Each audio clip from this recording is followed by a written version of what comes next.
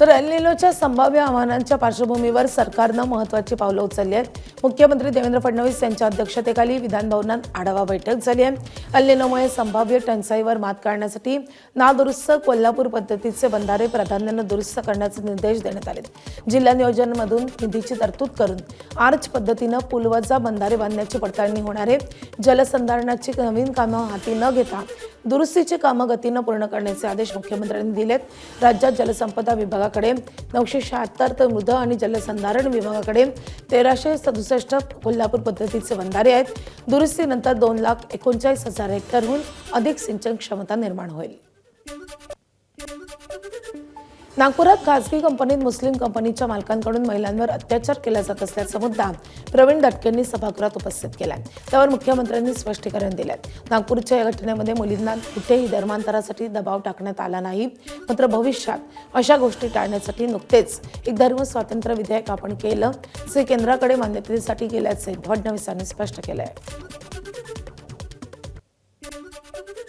उत्तर प्रदेश आणि बिहारमधनं अनेक मुस्लिम लहान लहान मुलं नागपुरातल्या अनेक मदरशांमध्ये आणले जातात आणि महाराष्ट्र शासनाकडनं निधी उकळला जातो। या बाबतीत पण तक्रारी झाल्यात, मुस्लिम आयोगाकडे झाल्यात। त्या बाबतीत आपण कारवाई करणार आहोत का? आणि अशा बाबतीत जी काही जबरदस्ती करण्यात येते आहे अशा व्यक्तींवर आपण कुठल्या नियमांतर्गत कारवाई करू? ज्यावेळेस हा FIR दाखल झालेला आहे त्यावेळेस तेही धर्मस्वातंत्र्याच्या विरुद्ध जी काही वर्तन आहे त्या संदर्भातली कलमं लागलेली आहेत। या स्पेसिफिक मुलीच्या बाबतीत तिने जे बयान दिलेलं आहे ते हे दिलेलं आहे। त्या बयानात तिने कुठेही असं म्हटलेलं नाही की होता असं तिने म्हटलेलं नाही। अर्जुन खोतकर यांनी बालगुन्हेगारीचा मुद्दा उपस्थित केला। यावर गृहमंत्री देवेंद्र फडणवीसांनी उत्तर दिले। बालगुन्हेगारी संदर्भात कायदा अधिक कडक करणार असल्याचं त्यांनी म्हटलंय। तर बालगुन्हेगारीचं वय हे 18 ऐवजी 16 वर्ष करण्याचा मुद्दा केंद्र सरकारकडे मांडणार असल्याचे फडणवीसांनी स्पष्ट केलंय।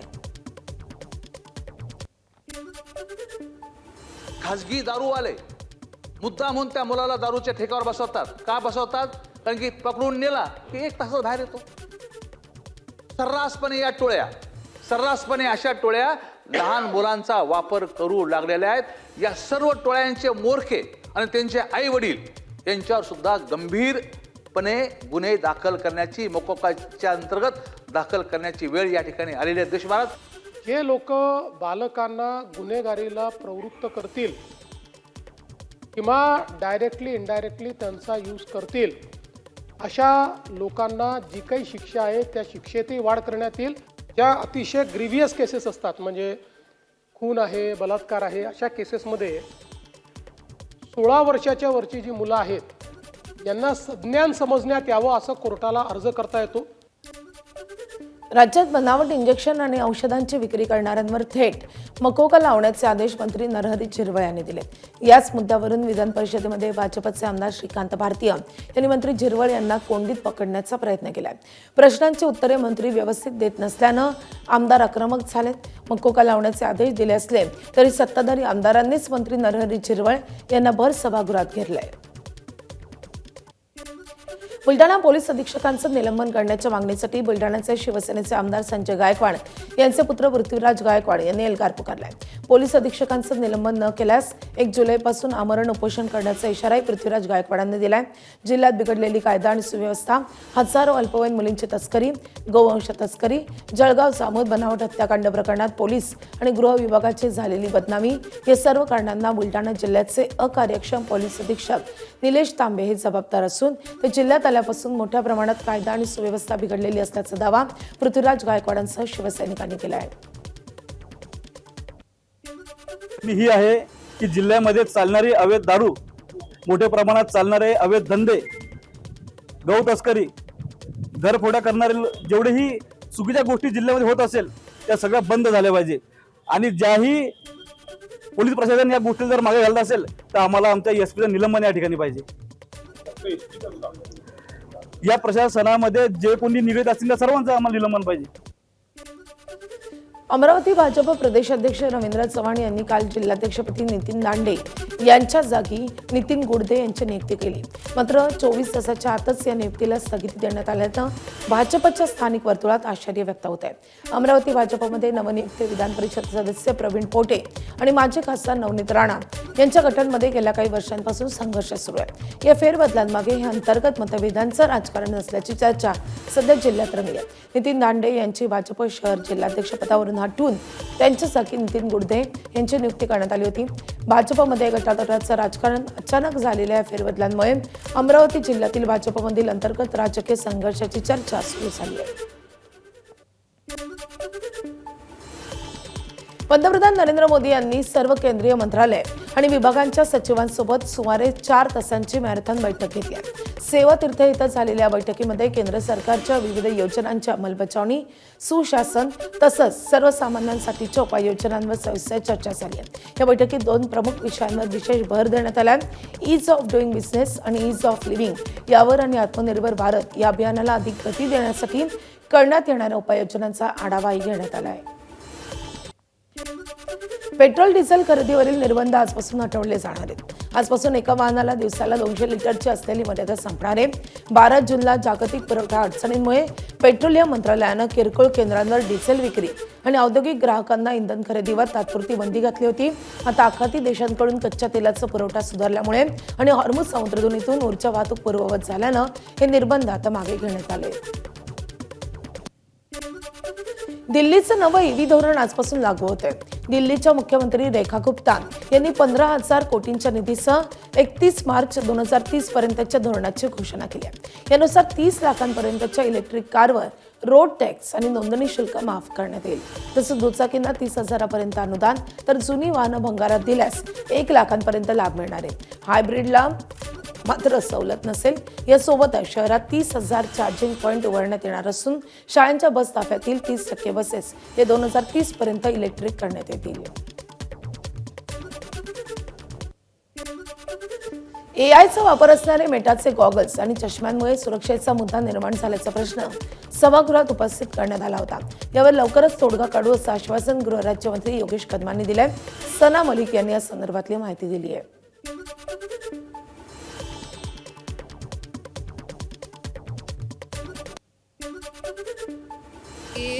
जे गव्हर्नमेंट ऑफिसेस आहे, मंत्रालय आहे, पब्लिक स्पेसिस आहे, नेव्ही आणि आर्मीचे सगळे प्रिमायसेस असतात, हॉस्पिटल असतात, शाळात असतात, चेंजिंग रूम असतात, ट्रायल रूम असतात, ब्युटी सलॉन्स असतात. हे सगळे ठिकाणी जेव्हा हे ग्लासेस वापरता येईल आणि तिकडे समोरच्या महिला किंवा समोरच्या लोकांना कल्पना पण नसेल की तिकडे रेकॉर्डिंग चालू आहे, तर त्यावर जास्त अवेअरनेस आणि सरकारकडे कोणती SOP असणार हे आमचा प्रश्न होता.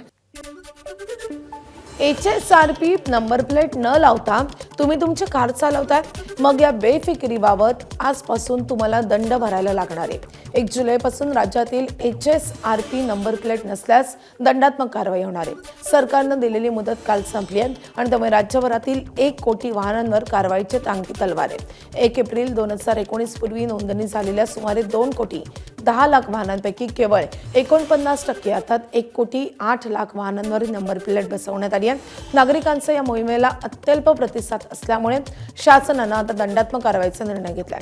यासोबतच HSRP नसलेल्या वाहनांची RTO मधील अनेक महत्त्वाची कामंही रोखण्यात येणार आहेत. मात्र वाहनांच्या फिटनेस प्रमाणपत्राच्या नूतनीकरणासाठी ही अट लागू राहणार नाही. तर HSRP नंबर प्लेट नसल्यास आजपासून कारवाई होईलच, पण प्लेटसाठी अर्ज केला असेल तर दंड लावण्यात येणार नाही, अशी माहिती परिवहन मंत्री प्रताप सरनाईक यांनी दिली आहे. जवळ 5 वेळा मुदतवाढ दिल्यानंतर सुद्धा सर्वसामान्य वाहन चालकांनी जर ती नंबर प्लेट बसवली नसेल तर उद्यापासून नाईलाजास्तव का होईना नियमाच्या अधीन राहून आमच्या RTOचे अधिकारी प्रत्येक वाहन चालकाला ज्यांनी नंबर प्लेट HSRPची बसवली नसेल त्याच्यावर दंडात्मक कारवाई करेल. 1,000 रुपये दंडात्मक कारवाई करण्याच्या सूचना ह्या आमच्या डिपार्टमेंटच्या अधिकाऱ्यांना आपल्या परिवहन आयुक्तांनी दिलेल्या आहेत.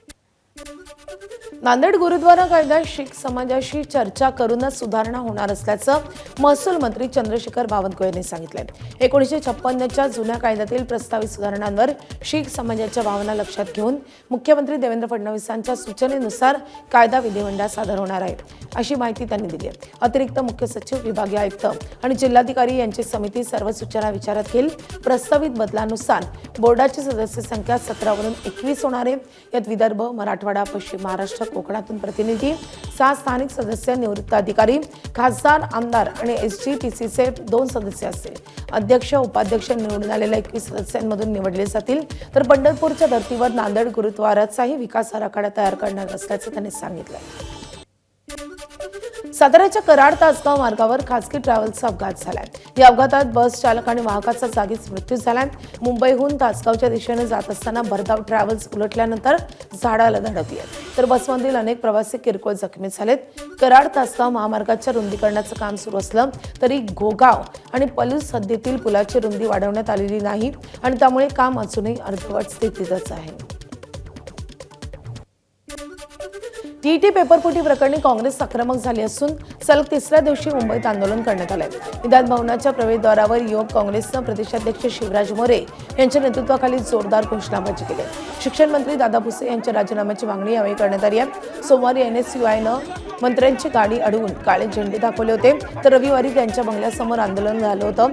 दरम्यान काल विधान भवनाबाहेर आंदोलन करणाऱ्या काँग्रेस कार्यकर्त्यांना पोलिसांनी ताब्यात घेतलंय।